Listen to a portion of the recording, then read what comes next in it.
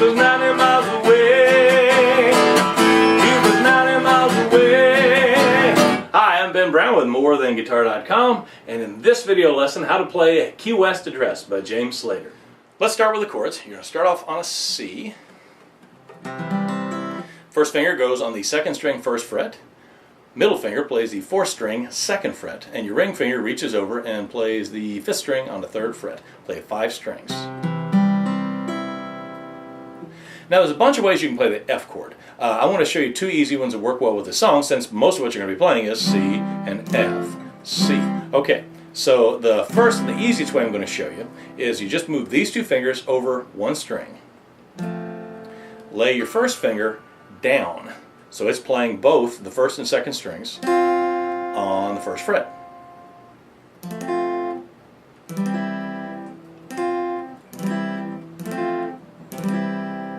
Only slightly more difficult and a little more resonant, it's what you're going to see me playing in the play-along video, is you lay the first finger down like before, you move the middle finger over like before, but you leave your ring finger where it is for the C chord and put your pinky down to cover the low F. Now this gives you kind of a F with a C in the bass, but since you're just kind of rolling back and forth on them,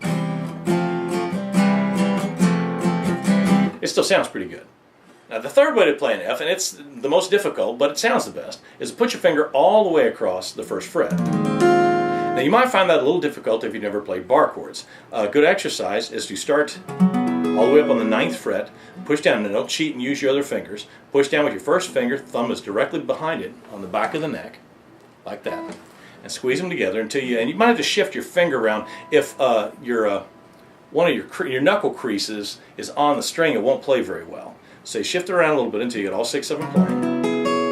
And then the next night, do that for a little while, down a fret, and then keep moving down the neck on frets until you can push down this one. And then you're going to put your middle finger on the 3rd string, your ring finger on the 5th string, and your pinky crowds behind it on the 4th string. And now if you think you're playing an E chord, you're sliding it up a fret, and you can keep sliding that up, and you can play every major chord that there is just with that one position. But for right now, just play the F.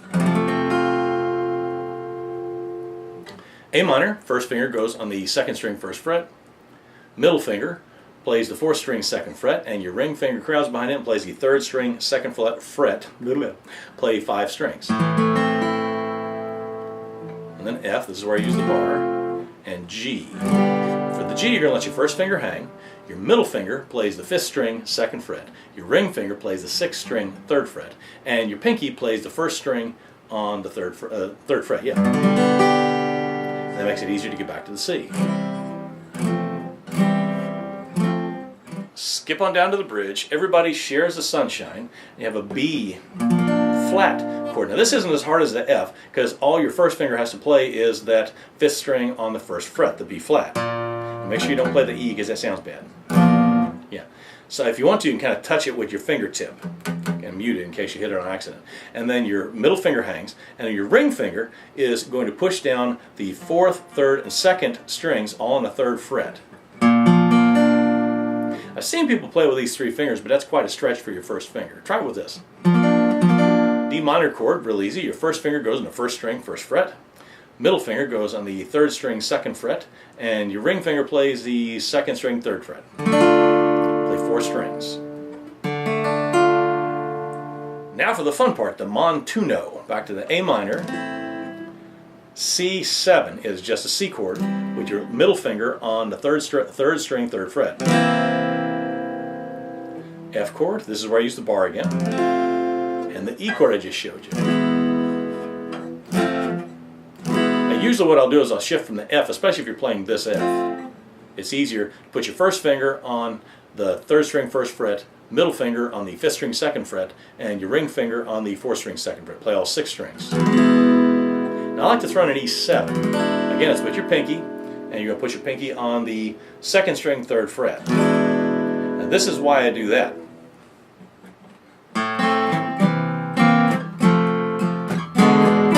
Montuno is a piano rhythm that comes from Cuba. Probably why he throws it in here. Those are the chords for the montuno. More on that a little later. So the basic rhythm for your right hand is just down, up, down, up, down, up, down.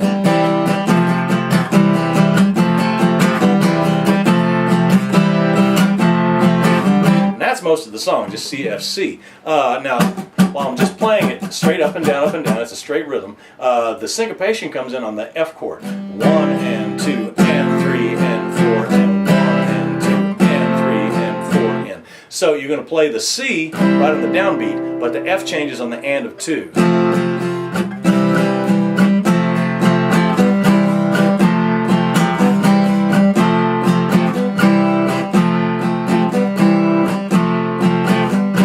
And except for volume changes, it pretty much stays like that through the whole song. Back to the montuno. The simple way to play it is just play the A minor on the downbeat, 1 and 2 and 3 and 4 and 1 and 2 and 3 and 4. So your A minor is on the downbeat, C, 7, F, and E are all on upbeats.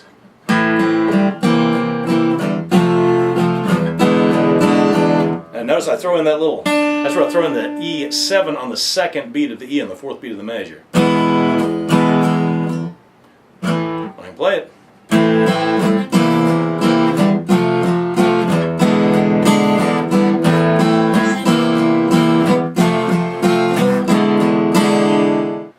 Don't forget to check below the video for a chord chart to this song, as well as links to other songs that you might like to learn.